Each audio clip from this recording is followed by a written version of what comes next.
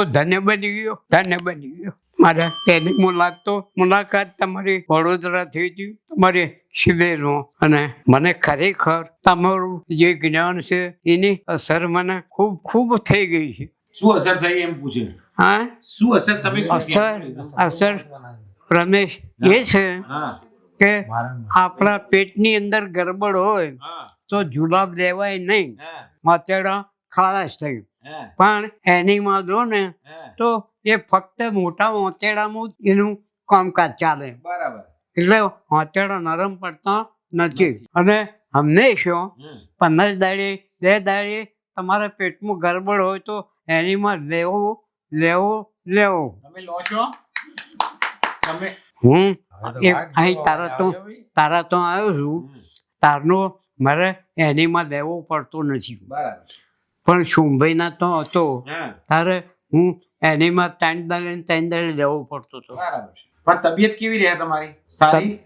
હવે તબિયત તો ચૌહાણ સાહેબને વાત કરીને કે મારી આ નીચેનો ભાગ છે એ જીરણ થઈ ગયું છે, પણ આ દગડો છે ને એટલો બધો પાવરફુલ છે કે હું કોઈ પણ વિચાર કરું, વાત કરું તો એમાં કોઈ ગરબડ થતી નથી. અને આજે પણ હું એકલો હોતો હું તો મારું ચિંતન ચૌહાણ સાહેબ બહુ પાણી ચિંતન એટલું બધું ઊંચું થાય છે કે હું શું વાત કરું, મને કોઈ બીજી ગરબડ તો થતી નથી. આજે તમે મને ખૂબ પાવન કરી નાખ્યો. હવે હું છેલ્લી મુલાકાત હશે મારી કદાચ, કારણ કે થોડા દિવસ પહેલાં હું એક ભાગવત સપ્તાહમાં ગયો હતો તો મને હાર્ટ એટેક થઈ ગયું. અને હાર્ટ એટેક થતાની સાથે મારો એક મિત્ર ઓર્થોપેડિક ડૉક્ટર હતો, તે ઊભો થઈ ગયો, મને આમ દબાવ્યું એટલે હરખું થઈ ગયું. અત્યારે ઉંમર કેટલી થાય? 108. 108 वर्ष.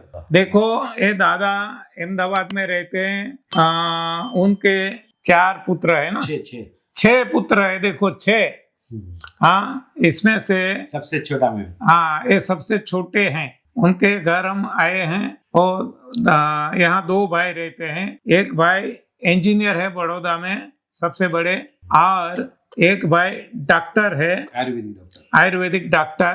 तो ये दादाजी आज 108 साल की उम्र है.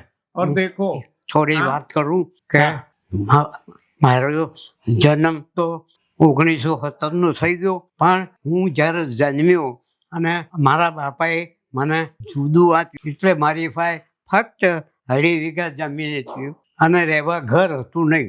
પણ મને આધ્યાત્મિક ચોપડીઓ વાંચવાનો મારો અભ્યાસ હતો, તે મારા મગજનો વિચાર આવ્યો કે દરેક મા બાપે છોકરાને 10 વીઘા જમીન આપવી પડે અને એક ઘર આપવું પડે. હવે એ તો મારી પાસે ઘર નહોતું અને 2.5 વીઘા જમીન હતી. પછી મેં વિચાર કર્યો કે છોકરાને ભણવું હોય, એમનું ઝવેરાત હશે એટલું ભણશે અને ભણવા દેવા. મારા 100 છોકરા છે એ બધા એમની તાકાત પ્રમાણે ભણ્યા અને આજે 100 છોકરા આવા મોટા કરોડો રૂપિયાના મકાન બનાવીને બેઠા છે. કોઈ ખેતીમાં છે નહીં. એટલે આ વિચારો મને આધ્યાત્મિક પુસ્તકો વાંચવાથી મને મળે અને સારું.